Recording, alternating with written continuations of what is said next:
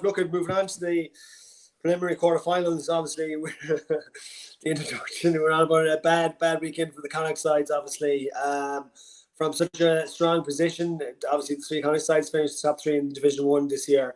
From a strong position going into the weekend, we'll definitely know Galway definitely lost the most in terms of this game. We say the weekend from the two teams' perspective is just a nightmare draw, to be honest with you, from both sides, in my opinion. So yeah, I'm thinking it's coming probably a round or 2 rounds too soon for the two of them. Come Sunday evening, one of the big guns are going to be out, and probably one of the top teams in the country is going to be out as well. So what's your opinion on that? I'm going to put something at you, right? This is a little bit like, for me, the way this has worked out. This is a little bit like the old format of the back door, right? Of the qualifiers, because this is now, the sort of the last chance saloon with the quarterfinalists waiting, right? You know what it's like, Andy, yourself. You've been a player. You've been in losing changing rooms. For Mayo to lose that game on Sunday, right, in the manner in which they lost, Aidan O'Shea having a free kick to still put them in second place, right? For the manner in which Galway lost the game, right? For the manner in which Roscommon lost the game. Tonight's training session's a write-off, boss. It's a write-off. Tonight's training session is lick the wounds. It's lick the wounds, see who's fit, see who's recovered, start to talk about the opposition. No time to dwell on Sunday. And as a player, you know yourself, it takes 3 to 4 days to get over a big championship defeat. Even a manager, there's a massive void. Roscommon would have been into that game thinking we could top the group, or we would have minimum. We'll have a game in the Hyde next week. Now they're travelling to Martin Queeve, and all of a sudden they're playing a Cork team who are coming in with huge confidence. Massive potential. We talked about it on the show last week. Kevin Walsh, the box kick out. The box kick out was very evident on Sunday. Dismantled Mayo, with their physicality and their athleticism at times. One primary possession caused Mayo serious issues. It's exactly actually where the penalty came from, winning their own kick out. But look, Mayo are Mayo, and I'm not being disrespectful because obviously you've talked about this before. People are talking about this, it was a real Mayo thing to do, but it shouldn't have been a fucking real Mayo thing to do because they were in complete control of the game. To be 6 points up with 14 minutes to go is unforgivable. To come out with a 9-point deficit. Cork hit 1-6 without reply. Where's your game management, Enda?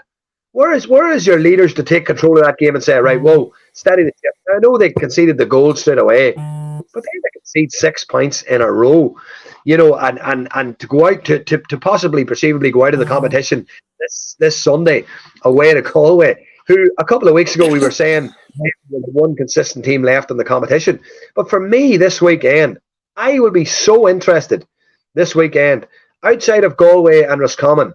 I'm looking at possibly Kildare beating Monaghan, just from the point of view being that Monaghan will be devastated to have lost against Donegal. Kildare will be absolutely bouncing after beating Roscommon. They're back in Tullamore again. You'll have Cork at home to Roscommon, who are coming in flying, right? And you will have a resurgent Donegal, who I actually tipped last week. I don't know if you remember that. And I said that Donegal had shown little sort of signs of their old form against Derry. I seen enough against Derry to say that they could beat Monaghan, and they will be delighted with that draw because Tyrone have a terrible record in Ballybuffet, and at the minute there's just something not right in Tyrone. And I would go as far as saying that you could possibly see Roscommon, Monaghan, and Tyrone all bow out of the championship this weekend, and that would have been unthinkable last weekend. Yeah, look, I suppose getting back to your point with the management, we say team management with Mayo, the Mayo loss, like obviously 6 points up with 14 minutes to go, and even the commentator basically said this game is over. I just thought it was just a small bit of inexperience from the young lad Donnacha McHugh in terms of he's only a really good player. Colm O'Callaghan, he just dived in for that ball around the 45-yard. If you just let him have it, there was plenty of Mayo lads around him. And it was just that kind of inexperience that once he turned him on the half turn, the 45 went straight to goal. And again, I think he was the one that fouled him on the way back. And I suppose just that small bit of inexperience. But I wouldn't, after that, Colin Reap gave away a soft one for another point. I think Sharrock got it, came on and scored 1-5, he was unbelievable when he came on. I love to know who was tagging him or what the hell. Obviously, brilliant, and he's been brilliant. He's been brilliant, Stevie, every fucking game he's been on this year. This He's is the thing finishing. I'm gonna say. This is the thing I'm gonna say. I wonder what he was affected from the start. You know, people are talking about this word finishers now. You know, and how important Yeah, it is to finish coming into the game. And he is just ideal. Like his impact has been just mammoth for Cork. Like and it's something that a team now has to prepare for. You know, when you're talking yeah, about the matchups this weekend, Davy Burke will be thinking, right, when he comes on the field, who's going to pick him up? Is yeah. Staggy going to pick him up? Is Davy Murray going to pick him up? Is Richie who's going to pick him up? And that it just causes a little bit of panic, when you have that impact coming off the bench. Yeah, big time. I suppose even with Cork this year, like John Cleary, like they've never lied down. Like a team that didn't believe they're 6 points down with 40 minutes to go, they still kept coming. Like so, it was unbelievable to see. But from a Mayo perspective, it is worrying. Obviously, even with the O'Shea free at the end, like some from the management team should have said to put it over. Like they obviously didn't know the scenario to finish in second place. If you put it over, they would have finished in second place. It's just to score 1-11 after 57 minutes and to score, obviously to go no score then for the rest of the game is a worrying sign. Well, I think you're right in terms of the box. I'm going to ask you as a member. You have a very, very illustrious management team there. You've got McStay, you've Donny Buckley, you've Stephen Rochford. Stephen Rochford went to Donegal, and I could see, I was sort of looking for his fingerprints in that Donegal team, and I don't know if I can see it right. And I'm looking at this Mayo team, and I'm thinking, right, what has changed? Certainly defensively, they looked a little bit more. They looked a little bit more organised and structured throughout the National League. But you called it, and we chatted about this. Their lack of probably structured attack. I know it was highlighted the weekend. Their ability to maybe ask questions of teams, maybe go to the corners. Maybe probe. Maybe have a strike runner coming up the sideline, and maybe just something a bit different where you're asking a few questions. It seems to be a very one-dimensional attack again, particularly when they're with a team who are stubbornly defensively.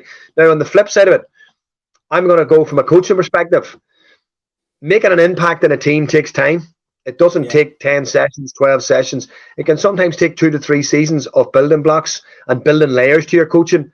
I think building layers to your coaching is hugely important as a coach, right? You can't just go in and just plant the house. There has to be a foundation, and then the next layer goes on the house, the next layer, and eventually the roof goes on the house. The roof's the last thing to go on, and it's a bit like coaching. When you're coaching a team, you're looking to put the foundations in year one, you're looking to build the next level in year two, and then you're looking to put the roof on in year three. And Kevin Walsh has only been with Cork a short period of time, but I could see a lot of Kevin Walsh's fingerprints on that Cork team, on Sunday. And that is probably why we didn't see the best of Cork in the National League.